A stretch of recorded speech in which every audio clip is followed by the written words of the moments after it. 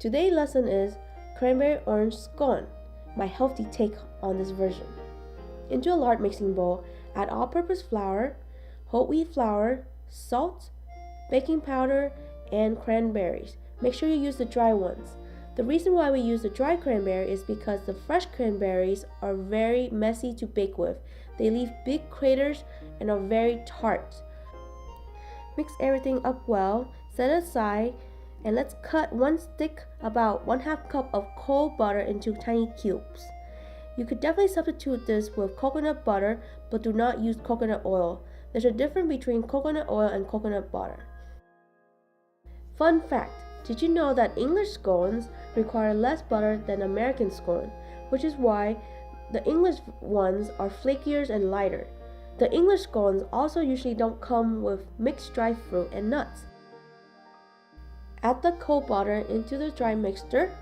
Using your hand, crumbles up the flour and the butter together. Don't be too concerned if there are large crumbs. The larger the crumbs, the flakier the scone will be. And I forgot the orange, yes. Yes, a whole orange added to the dry mixture. Don't be forgetful like me.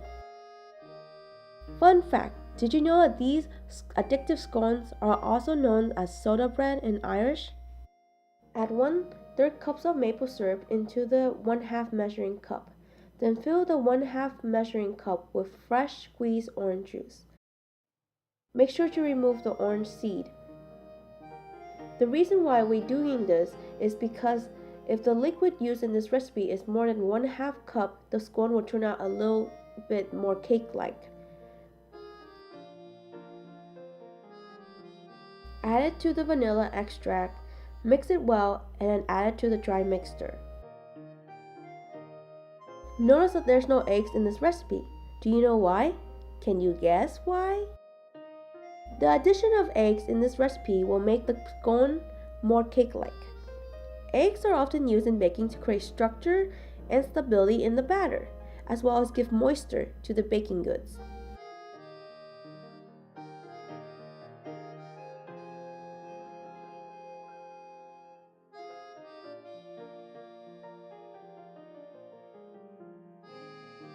Using your hand, mix everything up really well.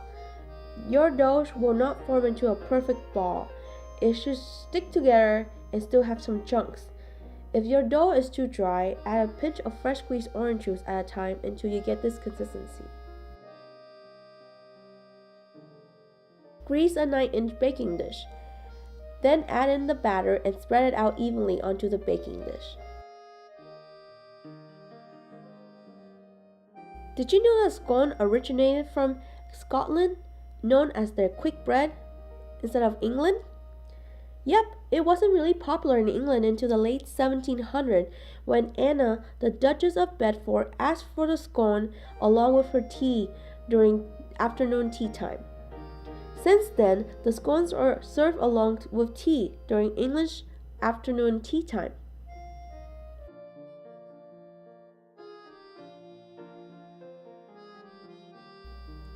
Once the scone batter is evenly spread onto the baking dish, put the scone in the freezer for 30 minutes, while preheat your oven to 425 degrees Fahrenheit.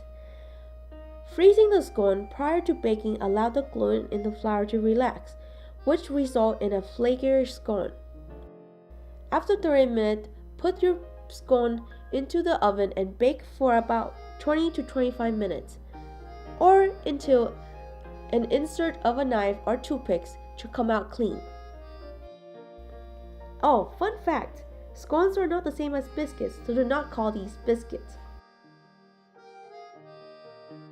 And look at that! Look how flaky these scones are! Oh, so tasty with a cup of tea or coffee, a perfect breakfast for the fall season. Enjoy, and don't forget to subscribe to my channel for more recipe remix.